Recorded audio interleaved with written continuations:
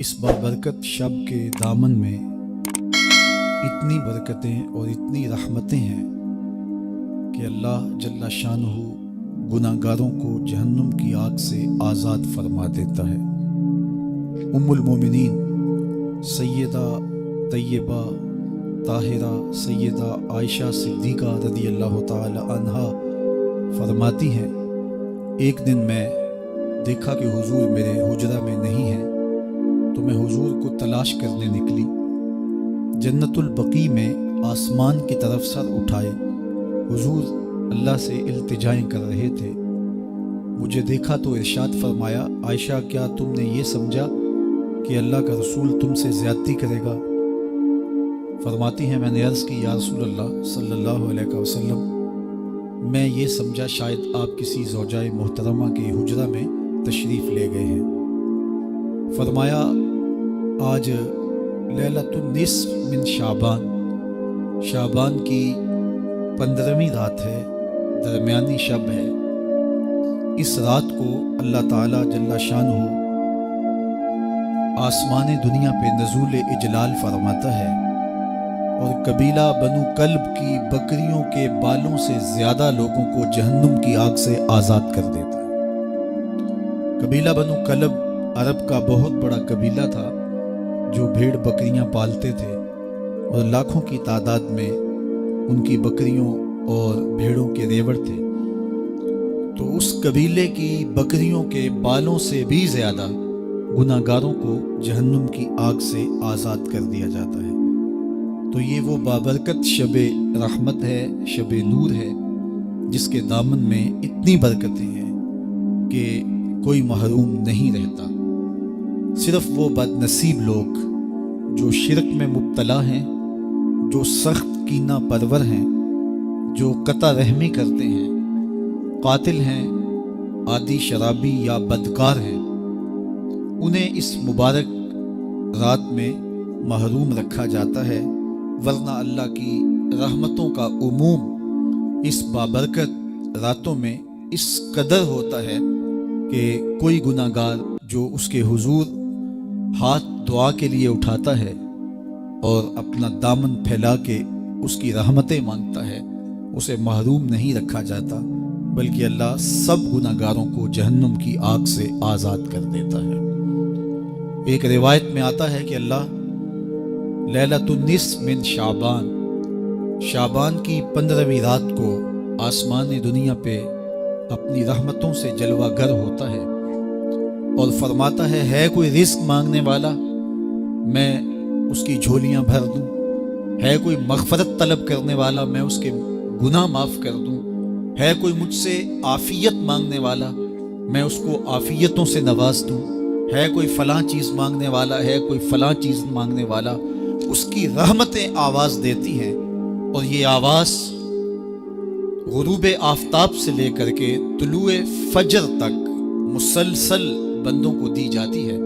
اور بندے اس کے حضور اگر دستے طلب دراز کریں، اپنی جھولی پھیلائیں، تو اللہ تعالیٰ ان کو ان کے مانگنے سے بھی زیادہ عطا فرماتا ہے۔ اس امت کو اللہ تعالیٰ نے اس طرح کی راتیں دے کر کے مغفرت، بخشش، غفران اور رحمتوں کی فراوانی نصیب کی ہے۔ میرے حضور نے ارشاد فرمایا، ایک شخص صبح سے لے کے ظہر تک مزدوری کرتا ہے، اس کو ایک قیرات ملتا ہے۔ ایک ظہر سے لے کر عصر تک مزدوری کرتا ہے، اس کا وقت تھوڑا ہے لیکن اس کو بھی ایک قیرات ملتا ہے۔ اور تیسرا شخص عصر سے لے کر مغرب تک مزدوری کرتا ہے، اس کو 2 قیرات ملتے ہیں، جبکہ اس کا وقت دونوں سے کم ہے۔ فرمایا پہلی مثال یہود کی ہے، دوسری مثال نصارہ کی ہے، اور تیسری مثال میری امت کی ہے کہ اس کو تھوڑے عمل پر زیادہ ثواب دیا جاتا ہے۔ تو یہود اور نصارہ نے اس پہ برا منایا، تو حضور علیہ السلام نے فرمایا کہ اللہ نے ان کے اجر میں تو کمی نہیں کی، لیکن مسلمانوں کو زیادہ اجر دے دیا، تو یہ اس کی کرم نوازی ہے۔ تو یہ تھوڑے وقت کی عبادتیں اور چند راتوں کی بیداری اور مخصوص اوقات میں اللہ کے حضور عبادت و ریاضت ایک گناہ گار کو کہاں سے کہاں تک پہنچا دیتی ہے، اس کے گناہوں کی معافی کا ذریعہ بھی بنتی ہے، اور درجات کی بلندی کا سبب بھی۔ دیکھیے لیلۃ القدر ایک رات 1000 مہینے کی عبادتوں سے بہتر قرار پاتی ہے۔ اسی طرح دیگر مواقع ہیں کہ اللہ تعالیٰ اس امت کے لیے رکھے ہیں رحمت رب بہانہ می طلب، اور یوں بھی پڑھا گیا رحمت رب بہانہ می طلب۔ اس کی رحمتیں قیمت نہیں مانگتی اور اس کی رحمتیں بہانہ تلاش کرتی ہیں، تو وہ اپنے بندوں کو بخشنے پہ آمادہ ہے اگر وہ اپنا دامن طلب پھیلائیں۔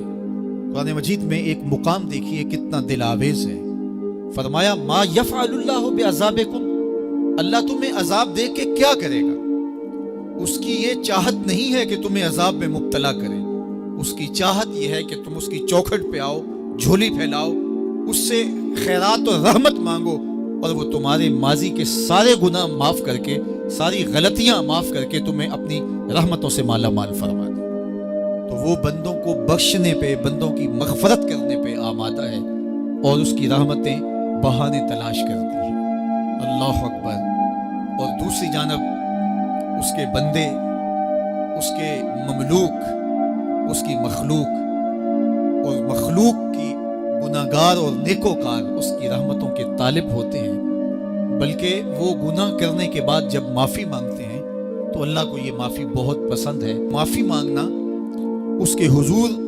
اپنے دامن کو پھیلانا، وہ اس کو بہت زیادہ محبوب ہے۔ انسان کی فطرت کے اندر گناہ رکھا گیا ہے، آگ، ہوا، مٹی، پانی، یہ ان 4 چیزوں کا مرکب ہے۔ اس کے جو عناصر ہیں اس میں کبھی اعتدال قائم نہیں رہتا اور اس سے گناہ سرزد ہو جاتے ہیں۔ گناہ کرنے کے بعد بندے کا اس گناہ پہ اصرار کرنا، اڑ جانا، ضد کرنا، توبہ نہ کرنا اللہ کو یہ پسند نہیں، لیکن اگر اس سے گناہ سرزد ہو جائے تو پھر وہ توبہ کر لے تو اللہ کو یہ بہت زیادہ پسند ہے۔ جو اس سے ہو سکے نیکی وہ اللہ کے حضور پیش کرے، لیکن اس کے اندر جو شر رکھی گئی ہے، اس کے اندر جو قوتیں گناہ کی رکھی گئی ہیں، اگر اس سے گناہ سرزد ہو جائے تو پھر وہ اللہ سے توبہ کرے، اللہ کی طرف رجوع کرے، تو اللہ اس کی توبہ کو نہ صرف قبول کرتا ہے بلکہ اس کے گناہوں کو معاف کرتا ہے اور گناہوں کو بدل کے نیکیوں میں تبدیل کر دیتا ہے۔ جب گناہ نیکیوں میں تبدیل ہو گئے تو جتنا بڑا گناہ گار تھا اتنا بڑا نیکوکار ہو گئے۔ حضرت سیدنا عمر رضی اللہ تعالیٰ عنہ بازار میں جا رہے تھے تو ایک شرابی نے ہاتھ میں بوتل پکڑی تھی شراب کی، تو حضرت عمر ہاتھ میں درہ رکھتے تھے اور آپ کا جاہو جلال دید نہیں ہوتا، تو جو ہی حضرت عمر رضی اللہ تعالیٰ عنہ کو اس نے دیکھا تو ڈر گیا اور دل ہی دل میں کہا اے اللہ آج عمر کے قہر سے بچا لے، میں تیری بارگاہ میں سچی توبہ کرتا ہوں، اور جلدی سے شراب کو بغل میں چھپا لیا۔ اتنے میں حضرت عمر سر پہ پہنچ گئے اور گرج کر کڑک کے کہا کہ یہ تیری بغل میں کیا ہے؟ کیونکہ اس کو بوتل چھپاتے دیکھا تھا تو وہ ڈر گیا اور ڈرتے ڈرتے کہنے لگا حضرت یہ سرکہ ہے۔ اب تھی تو شراب، لیکن ڈرتے ہوئے بولا حضرت سرکہ ہے۔ تو حضرت عمر نے کہا نکال۔ جب نکالا تو شراب نہیں تھی، واقعی سرکہ بن چکا تھا۔ تو جب اللہ کے حضور کوئی توبہ کرتا ہے اللہ اس کے گناہوں کو بدل کے نیکیوں میں تبدیل کر دیتا ہے۔ حدیث پاک میں آتا ہے کہ قیامت کے دن اللہ ایک شخص کو کہے گا کہ اپنا نامہ اعمال پڑھ، تو وہ نامہ اعمال پڑھنے لگ جائے گا، تو نامہ اعمال کے اندر چھوٹے گناہ بھی ہوں گے، بڑے گناہ بھی ہوں گے، تو اللہ سے حیا کرتے ہوئے، شرم کرتے ہوئے وہ بڑے بڑے گناہوں کو چھوڑتا جائے گا اور چھوٹے چھوٹے گناہوں کو پڑھتا رہے گا۔ جب وہ سارے گناہ پڑھ چکے گا اور کتاب ختم ہوگی تو اللہ تعالیٰ اسے فرمائے گا میرے بندے تو نے یہ جتنے گناہ پڑھے ہیں میں نے سب کو بدل کے نیکیوں میں تبدیل کر دیا۔ تو بندہ کہے گا اللہ ابھی تو میرے بڑے بڑے گناہ رہتے ہیں جو میں نے پڑھے ہی نہیں۔ فَضَحِكَ النَّبِيُّ حَتَّى بَدَتْ أَنْيَابُهُ، حضور جب یہ بیان فرما رہے تھے تو حضور اتنا مسکرائے کہ صحابہ نے حضور کی داڑھیں دیکھ لی۔ تو پہلے وہ بڑے بڑے گناہ چھوڑے جا رہا تھا، لیکن جب اللہ فرمائے گا کہ میں تیرے گناہوں کو بدل کے نیکیوں میں تبدیل کر دیا، وہ کہے گا ابھی تو بڑے بڑے گناہ رہتے ہیں جو میں نے ابھی پڑھے ہی نہیں۔ تو جب کوئی بندہ اس کے حضور توبہ کرتا ہے اللہ یہ نہیں دیکھتا اس نے گناہ کتنے کیے ہیں، یہ دیکھتا ہے بندہ آیا میری چوکھٹ پہ ہے تو اللہ اس کے پچھلے سارے گناہ معاف فرما دیتا ہے۔ اللہ اکبر۔ میرے اور آپ کے آقا و مولا نے اللہ کے حضور توبہ کرنے اور اس پر اللہ کی خوشی اور اللہ کی خوشنودی کا ذکر کرتے ہوئے ایک مثال بیان فرمائی کہ ایک شخص صحرا میں سفر کر رہا تھا تو وہ ایک درخت کے نیچے دوپہر کاٹنے کے لیے سستانے کے لیے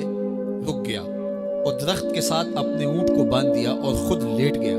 تاکہ دوپہر کاٹ لوں۔ تھوڑی دیر کے بعد جب اس کی آنکھ کھلی تو اس نے کیا دیکھا کہ اونٹ ماں ساز و سامان کے ساتھ غائب ہے۔ اب صحرا میں اونٹ کا گم ہو جانا گویا زندگی چلے جانے کے مترادف ہے، تو اس نے دائیں بائیں بھاگ دوڑ کے دیکھا کہ کہیں اونٹ کا نشان مل جائے، لیکن اونٹ کا نشان نہیں ملا۔ تا حد نظر کوئی انسانی آبادی نہیں۔ وہ بھاگا اور تھک ہار کے دوبارہ اسی درخت کے نیچے بیٹھ گیا اور پیاس سے ہلکان ہوا جا رہا تھا اور درخت کے ساتھ ٹیک لگا کے لیٹ گیا اور موت کا انتظار کرنے لگا۔ جن لوگوں نے صحرا کا سفر کیا ہے ان کو اس بات کا اندازہ ہوگا کہ کئی 100 میل تک انسانی آبادی ہی نہیں، اب نہ کچھ کھانے کے لیے بچا نہ کچھ پینے کے لیے بچا، اونٹ بھی غائب ہو گیا، توشہ بھی ساتھ ہی چلا گیا، تو اب ظاہر ہے سیدھی موت ہی نظر آ رہی ہے۔ تو وہ اس درخت کے ساتھ ٹیک لگا کے بیٹھ جاتا ہے اور موت کا منتظر ہوتا ہے۔ تھوڑی دیر کے بعد پھر اس کی دوبارہ آنکھ لگ جاتی ہے۔ جب دوبارہ آنکھ لگتی ہے تو تھوڑی دیر بعد پھر آنکھ کھلتی ہے۔ جب دوبارہ آنکھ کھلتی ہے تو دیکھتا ہے کہ اونٹ جو گما تھا ماں ساز و سامان کے اس کے پاس کھڑا ہے۔ تو صحرا میں اس حالت میں اونٹ کا مل جانا زندگی مل جانے کے مترادف ہے۔ تو وہ اتنا خوش ہوا کہ خوشی کی انتہا نہ رہی، بلکہ مسرتوں کے ہجوم میں درک گیا اور کہنے کیا لگا، اللہم انت عبدی وانا ربک، اے اللہ تو میرا بندہ اور میں تیرا رب۔ کہنا تو یہ تھا کہ تو میرا رب اور میں تیرا بندہ، لیکن مسرتوں کا ہجوم ہی اتنا تھا، خوشیوں کا ہجوم ہی اتنا تھا کہ زبان پہ قابو نہ رہا۔ کسی کے آنے سے ایسے ہوش اڑے ساقی کے، شراب سیخ پہ ڈالی اور بوتل میں کباب۔ کہنا یہ تھا اللہم انت ربی وانا عبدک، لیکن اس قدر خوش ہوا جب بھی تیری قربت کے امکان نظر آئے ہم اتنے خوش ہوئے کہ پریشان نظر آئے۔ تو کہنا یہ تھا کہ اے اللہ تو میرا رب اور میں تیرا بندہ، لیکن خوشیوں کے ہجوم میں وہ کہتا ہے اللہم انت عبدی وانا ربک، اے اللہ تو میرا بندہ اور میں تیرا رب۔ حضور یہ بات بیان کرنے کے بعد صحابہ سے پوچھتے ہیں کہ ذرا بتاؤ اس بندے کو کتنی خوشی ہوئی کہ خوشی میں زبان بھی قابو نہ رہی اور اپنے آپ پہ کنٹرول نہ رہا، اور خوشیوں کے ہجوم میں اسے یہ بھی پتہ نہیں چل رہا کہ وہ کیا بول رہا ہے۔ تو صحابہ نے عرض کی حضور بہت زیادہ اس سے خوشی ہوئی۔ تو میرے حضور نے یہ بات کرنے کے بعد ارشاد فرمایا، جس طرح اس کو گما ہوا اونٹ ملا اور اس کی خوشی کی انتہا نہ رہی، تو فرمایا جب کوئی شخص توبہ کرتا ہے اور اللہ کے حضور پلٹ کے آتا ہے، گناہوں سے معافی مانگ کے اس کی دہلیز پہ آتا ہے، میرے حضور نے فرمایا اللہ اس سے بھی زیادہ خوش ہوتا ہے کہ میرا بندہ میری چوکھٹ پہ آ گیا۔ تو وہ یہ چاہتا نہیں کہ میں اپنے بندوں کو عذاب دوں، وہ خود آگ میں چھلانگے لگائے تو اس کی مرضی، اگر گناہ سرزد بھی ہو گیا ہے تو کوئی بات نہیں، معافی مانگ لی جائے۔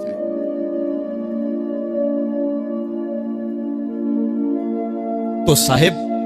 اللہ نے حضرت انسان کے سینے میں جذبات کا ایک جہاں آباد کیا ہے، شیطان کو بھی انسان کے پیچھے لگا دیا اس کی آزمائش کے لیے، اس کے امتحان کے لیے، نفس بھی اس کے اندر موجود ہے، اور دوسری جانب اس کو گناہوں سے منع بھی کیا اور نیکی کی تلقین بھی کی۔ اب کتنی مشکل زندگی ہے حضرت انسان کی، آئی جان شکنجے اندر جویں ویلنے دے وچ گنا، کتنی مشکل زندگی ہے، خواہشیں ہیں کہ آوارہ ہیں، آرزویں ہیں کہ بے قابو ہیں، اور دوسری جانب اللہ کا حکم ہے۔ اب کیا کرے؟ تو گناہ کرنے کے بعد پھر اللہ کے حضور توبہ کر لے، جو ممکن ہو وہ نیکی کرے اور گناہ سے مقدور بچنے کی کوشش کرے، لیکن بشری تقاضوں کے تحت اگر اس سے گناہ کبھی سرزد ہو جائے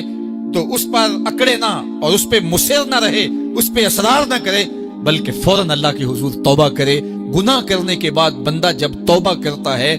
التائب من الذنب کمن لا ذنب لہ، تو وہ ایسے ہوتا ہے جس طرح اس نے گناہ کیا ہوا ہی نہیں۔ بندہ 100 بار گناہ کر کے توبہ کرے، اللہ 100 بار معاف فرما دیتا۔ وہ کریم ہے، 70 ماؤں سے زیادہ پیار کرتا ہے۔ تو بندے اس کی دہلیز پہ جب توبہ کرتے ہیں، رجوع کرتے ہیں اور اس سے معافی مانگتے ہیں، تو تو وہ یہ نہیں دیکھتا کہ یہ گناہگار کتنا بڑا ہے، وہ یہ دیکھتا ہے کہ یہ میری دہلیز پہ آیا ہے اور اس کے ما قبل کے سارے گناہ معاف بھی کرتا ہے، بلکہ گناہوں کو بدل کے نیکیوں میں بھی تبدیل کر دیتا ہے۔ آئیے اب قرآن مجید میں ان لوگوں کی کہانی بھی پڑھیے جو اپنی زندگی کو اپنے مالک کے نام لگا چکے ہیں، اور ان سے اگر کوئی معاملہ سرزد ہو جاتا ہے تو وہ کس قدر اللہ سے ڈرتے ہیں۔ والذین یؤتون ما آتوا وقلوبہم وجلہ انہم الی ربہم راجعون، فرمایا کہ وہ لوگ جب ان سے کوئی خطا سرزد ہو جاتی ہے، کوئی گناہ ہو جاتا ہے، تو ان کے دل لرز جاتے ہیں، خوف خدا سے وہ کانپنے لگ جاتے ہیں۔ انہم الی ربہم راجعون، تو وہ اپنے رب کی طرف رجوع کرنے والے ہوتے ہیں۔ اگر ان سے کبھی کوئی گناہ سرزد ہو جائے، ان سے کوئی غلطی سرزد ہو جائے، تو پھر اس پہ ضد نہیں کرتے، اس پر مصر نہیں ہو جاتے، اس پر حجتیں اور دلیلیں نہیں لاتے، بلکہ وہ کیا کرتے ہیں، فوراً اللہ کے حضور رجوع کرتے ہیں اور معافی مانگتے ہیں، اور اللہ کو یہ بہت پسند ہے کہ کوئی مجھ سے معافی مانگے، اور اللہ انہیں معاف کر دیتا ہے۔ اللہ اکبر۔ حضرت عبداللہ ابن مسعود رضی اللہ تعالیٰ عنہ فرماتے ہیں کہ مومن کی یہ شان ہے کہ جب وہ گناہ کر بیٹھے تو وہ یوں محسوس کرتا ہے جس طرح پہاڑ تلے آ گیا ہے۔ یہ اس کی کیفیت ہے کہ گناہ کرنے کے بعد، نافرمانی کرنے کے بعد اس کا دل لرز اٹھتا ہے۔ وَقُلُوبُهُمْ وَجِلَةٌ، ان کے دل خوف خدا سے لرزنے لگ جاتے ہیں کہ ہم سے یہ گناہ کیوں سرزد ہو گیا، یہ تو اللہ کی ناراضگی کا سبب ہے۔ تو حضرت عبداللہ ابن مسعود فرماتے ہیں یوں محسوس کرتے ہیں جس طرح پہاڑ تلے آ گیا ہے، اور پہاڑ ابھی گر جائے گا اور انہیں کچل دے گا، تو وہ جلدی جلدی تلافی کرتے ہیں، توبہ کرتے ہیں، رجوع اللہ کرتے ہیں تاکہ ہمارا گناہ معاف ہو جائے۔ اور منافق کی مثال بھی بیان کی گئی، جب وہ گناہ کرتا ہے تو یوں محسوس کرتا ہے جیسے بدن پہ مکھی بیٹھی تھی، ہلکے اشارے سے اڑا دی۔ سویر سے لے کر شام تک کتنی بار ہم اپنے بدن پہ بیٹھی مکھیاں اڑا دیتے ہیں اور ہمیں شام کو یاد بھی نہیں ہوتا کہ یہ عمل ہم نے کتنی بار کیا ہے۔ میں اور آپ اپنے اندر اتر کر کے دیکھ سکتے ہیں ہماری کیفیت باطن کیا ہے۔ نمازیں چھوڑی، جھوٹ بولا، غیبت کی، چغلی کی، کسی کا دل دکھایا، کسی کو تکلیف دی، گالی گلوچ کیا، سب و شتم کیا، سویر سے شام تک کیا کیا گناہ کیے، کبھی خیال بھٹکے، کبھی سوچیں آوارہ ہوئیں، کبھی نگاہوں نے بدکاریاں کی، کبھی زبان نے جرم کیے، اور شام کو ہمیں یاد بھی نہیں ہوتا کہ آج ہم نے کیا کیا جرائم کیے، آج ہم نے کیا کیا گناہ کیے۔ اگر ہماری یہ کیفیت ہے تو یہ عملی نفاق ہے کہ بدن پہ مکھی بیٹھی اور اڑا دی، اور اگر ہماری کیفیت یہ ہے کہ گناہ کے بعد یہ محسوس ہوتا ہے کہ ہم پہاڑ تلے آ گئے اور اللہ کی ناراضگی ہم نے منہ لے لی اور جلدی جلدی توبہ کر کے رجوع کرنے کی جانب بڑھتے ہیں، تو پھر مبارک ہو، نہیں تو مجھے اور آپ کو اپنا محاسبہ کرنا چاہیے۔ ہمارے دلوں پر زنگ چڑھ گئے ہیں اور ہماری کیفیت یہ ہو گئی ہے کہ گناہ کرنے کے بعد بھی ہم ڈٹے رہتے ہیں، جبکہ زندگی اصحاب رسول کی دیکھیے ان سے بھی کبھی کوئی خطا سرزد ہو جاتی تو وہ فوراً اس گناہ کی تلافی کے لیے حضور کی بارگاہ میں حاضر ہو جاتے۔ حضرت ابو لبابہ رضی اللہ تعالیٰ عنہ نے اپنے آپ کو مسجد نبوی کے ستون کے ساتھ بندھوا دیا اور کہا کہ جب تک میری معافی نہیں ہوگی تب تک اپنے آپ کو کھلواؤں گا نہیں، اور پھر جب ان کی بخشش کا اعلان ہوا تو پھر حضور کے ہاتھوں سے اپنے آپ کو انہوں نے کھلوایا۔ ایک خاتون حضور کی خدمت میں حاضر ہوئی اور عرض کی، یا رسول اللہ صلی اللہ علیہ وسلم، مجھ سے بدکاری سرزد ہو گئی ہے اور میرے پیٹ میں بچہ ہے، اور میں چاہتی ہوں کہ آخرت کی سزا کی بجائے دنیا کے اوپر اس کی سزا مجھے دے دی جائے تاکہ میں پاک ہو جاؤں اور صاف ہو جاؤں، کیونکہ آخرت کی سزائیں بہت سخت ہیں۔ اللہ کے محبوب علیہ السلام نے جبریل امین سے ایک دن پوچھا تھا، مجھے جہنم کے عذابوں کا ذکر سناؤ، تو عرض کی، یا رسول اللہ صلی اللہ علیہ وسلم، سب سے ہلکا عذاب، اخف العذاب، ہلکا ترین عذاب یہ ہے کہ جہنمی کے پاؤں میں آگ کے جوتے رکھے جائیں گے، باقی اس کے پورے بدن پہ آگ نہیں ہوگی، صرف آگ کے جوتے اس کو پہنائے جائیں گے، لیکن اس کی حدت، گرمی اور شدت اتنی ہوگی، یغلی منہما دماغہ، اس کی شدت سے اس کا دماغ پگھل کر ناک اور کانوں کے ذریعے سے باہر آنا شروع ہو جائے گا۔ یہ سب سے ہلکے عذاب کی کیفیت ہے، اور جو عذاب سخت ہیں، الیاذ باللہ، اللہ تعالیٰ قرآن مجید میں فرماتا ہے، ثم لا يموت فیہا ولا یحیا، اس بڑے عذاب کا ذکر کیا جو جہنمیوں کو دیا جائے گا، فرمایا اس عذاب کی کیفیت یہ ہوگی، بندہ نہ جیے گا نہ مرے گا،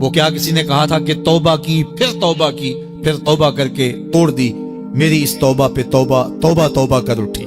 تو ایسی توبہ نہیں ہے کہ جو رسماً کسی مجلس میں چلے گئے، کسی اجتماع میں چلے گئے تو سب لوگوں نے توبہ کی تو وہ بھی توبہ کرتا رہا، لیکن اس کا عزم مصمم پختہ ارادہ نہیں تھا گناہوں کو چھوڑنے کا، تو یہ توبہ نہیں، یہ مذاق ہے۔ اس لیے اللہ کے حضور سچی توبہ یہ ہے کہ ما قبل کے گناہوں سے ندامت پیدا ہو جائے اور سچے دل سے ارادہ کیا جائے، پختہ عزم کیا جائے کہ دوبارہ میں یہ گناہ نہیں کروں گا۔ یہ الگ بات ہے کچھ عرصے بعد اس سے پھر سرزد ہو جائے، پھر وہ گناہ ہو جائے، تو پھر وہ پکی توبہ کرے، تو 100 بار بھی گناہ کرے گا، 100 بار بھی توبہ کرے گا، اللہ 100 بار قبول کرے۔ لیکن اندت توبہ اس کا عزم مصمم ہونا چاہیے، اس کا عزم پختہ ہونا چاہیے۔ محض لفظوں سے توبہ پکارنا اور دل توبہ نہ کر رہا ہو اور دل عزم مصمم نہ رکھتا ہو تو یہ توبہ نہیں ہے۔ اس لیے سچی توبہ اللہ کے حضور اپنے گناہوں کی پیش کرنی، یہ اہل ایمان کا طریقہ ہے۔ یا ایھا الانسان ما غرک بربک الکریم، او بھاگے ہوئے انسان، او غافل انسان، پلٹ کے آجا، تیرا رب بڑا ہی کریم ہے۔ مجھے بتائیے بھاگنے والوں کو بھی یوں آواز دی جاتی؟ کبھی آپ نے مجرم کا تعاقب کرتے ہوئے پولیس کو دیکھا ہوگا، سخت گیر استاد کو شاگرد کے پیچھے چلتے ہوئے بھاگتے ہوئے دیکھا ہوگا؟ کبھی یہ انداز محبت بھی آپ نے دیکھا ہے کہ جو بغاوت کر کے جا رہا ہے، مالک کی دہلیز چھوڑ کے جا رہا ہے، اس کو مالک کی رحمتیں آواز دے رہی ہیں، او بھاگنے والے آجا پلٹ کے، میں تیرا رب ہوں، دیکھ میرا تیرا رشتہ کتنا گوڑا ہے، اللہ اکبر، کتنا گہرا ربط ہے میرا۔ یا ایھا الانسان، او بھاگنے والے انسان۔ وہ کبھی آپ نے دیکھا ہو کہ کوئی نالائق بیٹا گھر چھوڑ جائے، وہ تو شاید کسی ہوٹل میں برتن مانج کے اپنے پیٹ کی آگ بجھا رہا ہوتا ہے، لیکن ماں کے حلق سے نیچے لقمہ نہیں اترتا، باپ بے چین ہوتا ہے۔ اخبارات میں، ٹیلی ویژن پہ اشتہار چلتے ہیں کہ اس نام کا بیٹا، اس طرح کا لباس، وضع قطع یہ، کہنے سننے کا انداز یہ ہے، اٹھنے بیٹھنے کا سٹائل یہ، اتنے دنوں سے گھر سے گم ہے، اگر کسی کو ملے تو اس نمبر پہ اطلاع کر دیں، اتنا انعام دیں گے، اور نیچے لکھا ہوتا ہے نوٹ، اگر وہ خود پڑھ رہا ہو تو وہ واپس آ جائے، اسے کچھ نہیں کہا جائے گا۔ جب میں کبھی بھی اس قبیل کا اشتہار دیکھتا ہوں تو میری نظر پلٹ کے اس آیت پہ آتی ہے، مالک بھی کہہ رہا ہے او بھاگے ہوئے انسان آجا پلٹ کے، تیرا رب کریم ہے، کچھ نہیں کہے گا، وہ تیرے سارے گناہ معاف کر دے گا۔ ہائے ہائے، گناہ گار کی آنکھ کا پانی اللہ کے غصے کی آگ کو ٹھنڈا کر دیتا ہے۔ التائب من الذنب کمن لا ذنب لہ، گناہ سے توبہ کرنے والا ایسا ہوتا ہے جس طرح اس نے گناہ کیا ہوا ہی نہیں۔ اللہ اکبر۔ بلکہ رسول اللہ صلی اللہ علیہ وسلم نے ارشاد فرمایا ایک مثال کے ساتھ کہ کوئی شخص صحرا کا سفر کر رہا ہو تو راستے میں وہ سستانے کے لیے کسی درخت کے نیچے سو جائے، اس کا سامان، اس کے سفر کا سارا توشہ اس کی سواری پہ تھا، اچانک آنکھ کھلی تو دیکھا کہ سامان نہیں ہے، سواری بھی نہیں ہے، وہ دائیں بائیں بھاگا، لیکن اس نے دیکھا کہ سواری کے آثار دکھائی نہیں دیتے، اور صحراؤں میں سواری کا اور سامان خورد و نوش کا ختم ہو جانا سیدھی سیدھی موت ہوتی ہے، تو وہ موت کے انتظار میں درخت کے نیچے دوبارہ آ کے لیٹ جاتا ہے، اس کی آنکھ لگ جاتی ہے، پھر اچانک آنکھ کھلتی ہے تو دیکھتا ہے کہ وہ سواری ماں ساز و سامان کے پاس کھڑی ہے، تو سواری کیا ملی اس کو؟ زندگی مل گئی۔ تو شدت فرحت سے خوشیوں کے ہجوم میں اتنا درک گیا کہ وہ کہنے لگا اللہم انت عبدی وانا ربک، اے اللہ تو میرا بندہ اور میں تیرا رب۔ کہنا اس نے یہ تھا کہ تو میرا رب اور میں تیرا بندہ، لیکن خوشیاں اتنی تھی جب بھی تیری قربت کے امکان نظر آئے ہم اتنے خوش ہوئے کہ پریشان نظر آئے۔ وہ کیا کسی نے کہا نا کسی کے آنے سے ایسے ہوش اڑے ساقی کے کہ شراب سیخ پہ ڈالی اور بوتل میں کباب، تو کہا کہ اللہم انت عبدی وانا ربک، تو میرا بندہ اور میں تیرا رب۔ تو خوشیوں کے ہجوم میں جو کہنا تھا وہ نہیں کہہ پا رہا، درک گیا، تو فرمایا کہ بتاؤ اسے کتنی خوشی ہوئی جب اس کو اونٹ مل گیا اور زندگی مل گئی۔ تو صحابہ نے کہا حضور بہت خوشی ہوئی۔ فرمایا جب کوئی شخص توبہ کرتا ہے تو اللہ اس سے بھی زیادہ خوش ہوتا ہے، وہ اس سے بھی زیادہ راضی ہوتا ہے کہ میرا بندہ پلٹ کے میرے حضور آ گیا ہے۔ اور پھر اگر وہ توبہ کرنے والا جوان ہو تو پھر تو اللہ بہت خوش ہوتا ہے، بلکہ رسول کریم نے ارشاد فرمایا انا حبیب اللہ، میں اللہ کا حبیب ہوں۔ اور پھر فرمایا الشاب التائب حبیب اللہ، وہ جوان جو جوانی میں توبہ کرے وہ بھی اللہ کا حبیب ہے۔